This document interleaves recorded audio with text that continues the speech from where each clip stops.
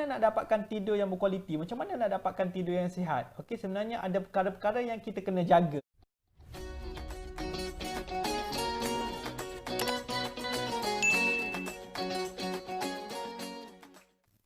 Okey, hai, terima kasih dan selamat menonton bersama saya Hilmi dalam channel Sembang Tidur. Okey, bagi anda yang masih belum lagi subscribe, sudi-sudikanlah subscribe channel saya.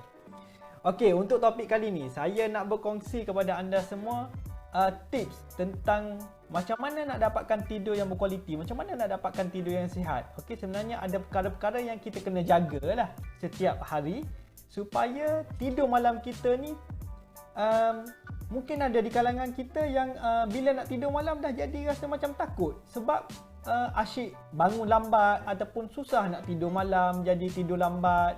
Bangun pagi esok masih lagi rasa mengantuk, tak bermaya. Jadi mungkin kita boleh amalkan dulu 11 tips yang saya nak bagi ni dan kita tengok adakah corak tidur kita nanti akan berubah kepada yang lebih baik.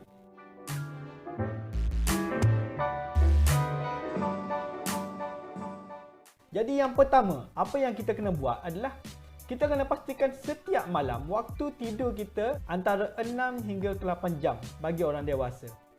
Yang kedua, kita kena pastikan waktu tidur dan waktu kita berjaga pada setiap hari adalah regular. Kita jadikan dia sebagai rutin. Regular bermaksud kita tidur sekitar pukul 10, pukul 11 malam. Jadi janganlah malam ni kita tidur sekitar pukul 10, tapi untuk malam yang lain kita tidur pukul 12, pukul 1 atau pukul 2 pagi. Sama juga bila kita bangun pagi, kalau kita sentiasa bangun kita pukul 5, 6 pagi, kita janganlah weekend kita nak drag sampai pukul 7, pukul 8 pagi. Okay, yang ketiga, kafein. Minuman yang berkafein seperti teh, kopi dan juga minuman yang bercoklat, kita kena elakkan daripada minum sekurang-kurangnya 6 jam sebelum waktu kita tidur malam. Jadi kalau kita biasa tidur sekitar pukul 10, pukul 11 malam, hakikatnya selepas pukul 5 petang kita dah kena elakkan daripada minum minuman yang berkafein. Yang keempat, aktiviti yang berat, vigorous activity, maksudnya yang mengeluarkan peluh. Kita kena stop daripada melakukan aktiviti tersebut sekurang-kurangnya 2 jam sebelum kita masuk tidur. Jadi bila dah masuk malam, maksudnya selepas pukul 8 malam, kita dah tak boleh nak buat aktiviti-aktiviti yang membuatkan kita keluar peluh yang banyak. Sebab aktiviti sebegini, dia akan menyebabkan kita punya heart rate meningkat, kita punya core temperature kita pun meningkat.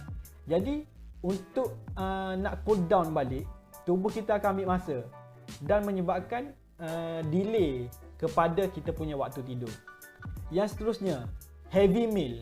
Okey, kita tak boleh ambil makanan yang berat sekurang-kurangnya 2 jam sebelum waktu kita tidur malam. Okey, yang ni pun sama seperti vigorous activity tadi.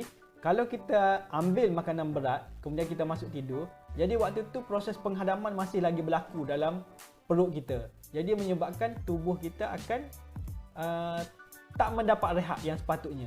Jadi menyebabkan gangguan kepada kita nak terlelap tersebut. Kemudian yang keenam, sebelum kita tidur malam, kita boleh buat aktiviti-aktiviti yang merilekskan minda ataupun tubuh kita. Contohnya membaca bahan-bahan bacaan yang ringan ataupun mendengar soft music. Okey? Boleh cari dekat YouTube atau dekat Google alpha music. Dia akan mengeluarkan gelombang. Alpha ni dia dapat membantu tubuh kita untuk lebih cepat tidur sebab dia adalah gelombang yang memberi ketenangan kepada otak kita. Kemudian yang ketujuh, sebelum masuk tidur malam, kita mungkin boleh bersihkan diri, mandi ataupun merendam dalam air panas contohnya. Benda tu dapat membantu tubuh kita, dapat menyegarkan tubuh kita dan dapat membantu kita untuk tidur dengan lebih cepat lah. Kemudian yang ke-8, perkara yang kita buat daripada nombor 1 sehingga 7 tadi, kita jadikan dia sebagai rutin setiap hari. Jadi bila kita jadikan dia rutin, kita akan lebih cepat untuk nak terlelap lah. Kemudian tip yang ke-9 sehingga ke-11 ni adalah lebih kepada environment kita nak tidur. Contohnya bilik tidur kita sendirilah. Jadi yang pertama, pencahayaan. Pencahayaan dalam bilik tidur kita perlulah sesuai. Maksudnya bila kita nak tidur malam, kita jangan cahaya tu terang. Kita kena pastikan segelap yang boleh. Ataupun paling kurang malapkan lampu atau guna lampu tidur supaya cahaya terang tu tak mengganggu kita tidur. Tu yang pertama.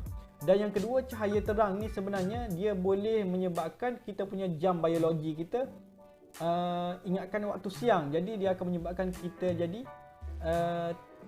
tak dapat nak trigger kita punya rasa mengantuk, menyebabkan kita lewat jadi tidur. Kemudian suhu dalam bilik tidur pun kena sesuai, tidak terlalu panas dan tidak terlalu sejuk. Dan yang terakhir sekali, kalau bunyi bising, kita kena elakkan daripada persekitaran yang bising dalam bilik tidur kita. Jadi macam mana kita nak kontrol tu terpulang kepada kita lah. Mungkin kita boleh pakai earplug untuk nak elakkan daripada kita terganggu dengan bunyi bising. Sama juga dengan pencahayaan tadi, kalau persekitaran kita tu terlalu terang, even kita dah tutup lampu pun, mungkin bilik kita hampir dengan kawasan lampu jalan, kita boleh pakai penutup mata. Jadi benda-benda tu semua sedikit sebanyak dapat membantu kita untuk dapat tidur yang lebih berkualiti dan tidur yang lebih sihat. Jadi semoga dengan perkongsian saya kali ini dapat membantu anda semua tidur dengan lebih baik. Dan jangan lupa kongsikan kepada ramai orang, dan jangan lupa subscribe. Jika ada sebarang masalah tentang tidur anda, boleh ajukan di ruangan komen. InsyaAllah saya akan jawab dalam video saya yang akan datang. Kita jumpa lagi. Zaz.